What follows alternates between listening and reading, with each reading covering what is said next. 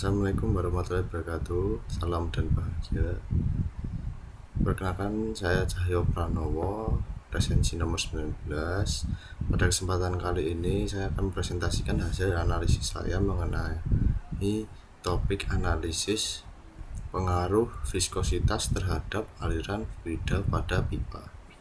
Kita akan membahas bagaimana kekentalan sebuah zat cair mempengaruhi performa sistem perpipaan kita.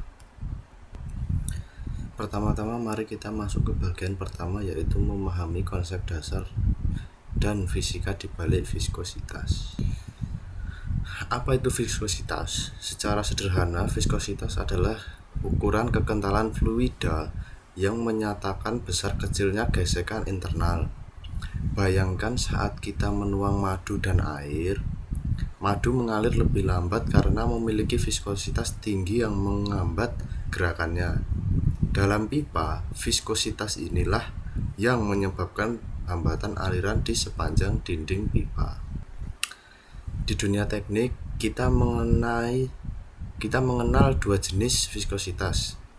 Pertama, viskositas dinamis (MU) yang mengukur resistensi fluida terhadap gaya geser, dan kedua, viskositas kinematik (NU) yang merupakan rasio viskositas dinamis terhadap massa jenis atau densitas fluida tersebut.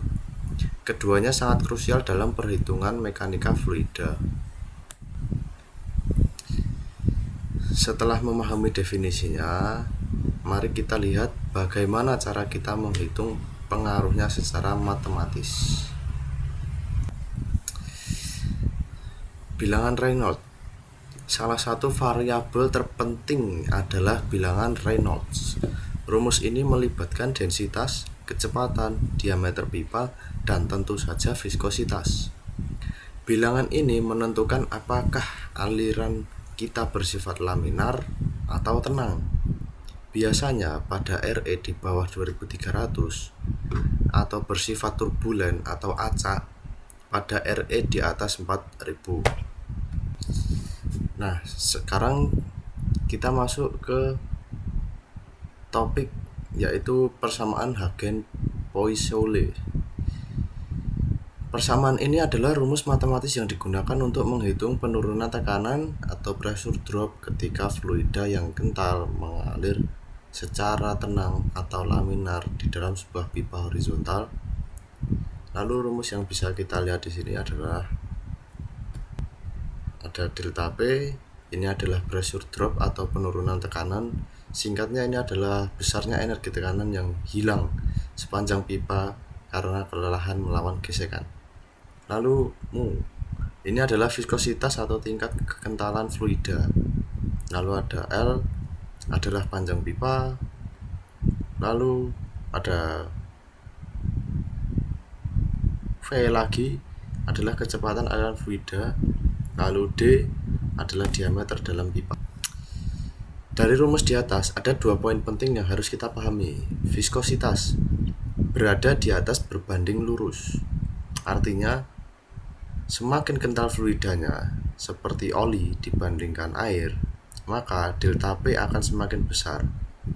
Pipa butuh dorongan atau tekanan yang jauh lebih kuat dari pompa hanya untuk mengalirkan fluida kental tersebut.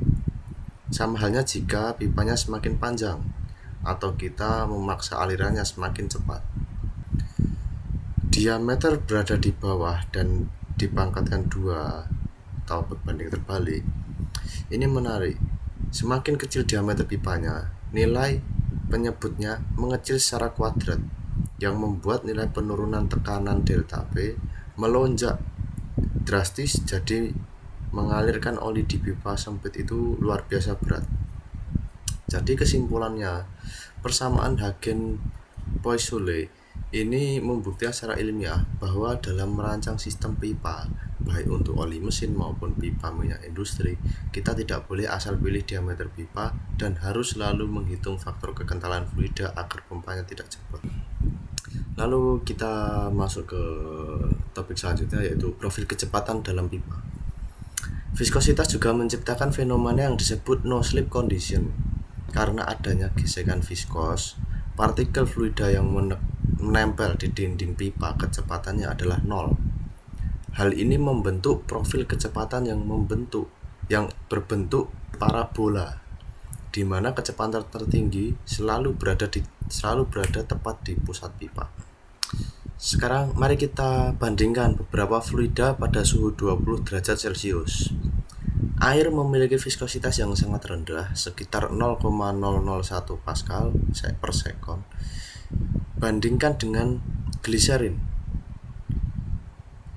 yang mencapai 1,5 Pascal sekon.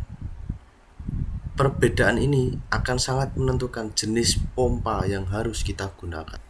Studi kasus numerik. Dalam studi kasus yang saya lakukan, jika kita memompa air melalui pipa sepanjang 100 meter, penurunan tekanannya mungkin hanya sekitar 160 Pascal. Namun dengan pipa dan kecepatan yang sama, jika kita menggantinya dengan minyak SAE10, penurunan tekanannya melonjak menjadi 16.000 Pascal. Ini membuktikan bahwa viskositas sangat membebani kerja pompa. Lalu aplikasi dalam dunia teknik. Implementasi teori ini sangat luas. Di industri minyak, kita sering memanaskan minyak mentah agar viskositasnya turun dan lebih mudah dialirkan. Begitu juga pada sistem pelumasan mesin dan industri kimia saat mengolah bahan yang kental seperti polimer atau sirup. Oke, karena kita sudah mencapai kesimpulan, sebagai kesimpulan, viskositas adalah faktor kunci yang menentukan efisiensi energi dalam sistem perpipaan. Semakin besar viskositas, semakin besar hambatan dari tekanan yang diperlukan. Demikian presentasi dari saya, semoga bermanfaat untuk teman-teman semua. Terima kasih atas perhatiannya. Wassalamualaikum warahmatullahi wabarakatuh.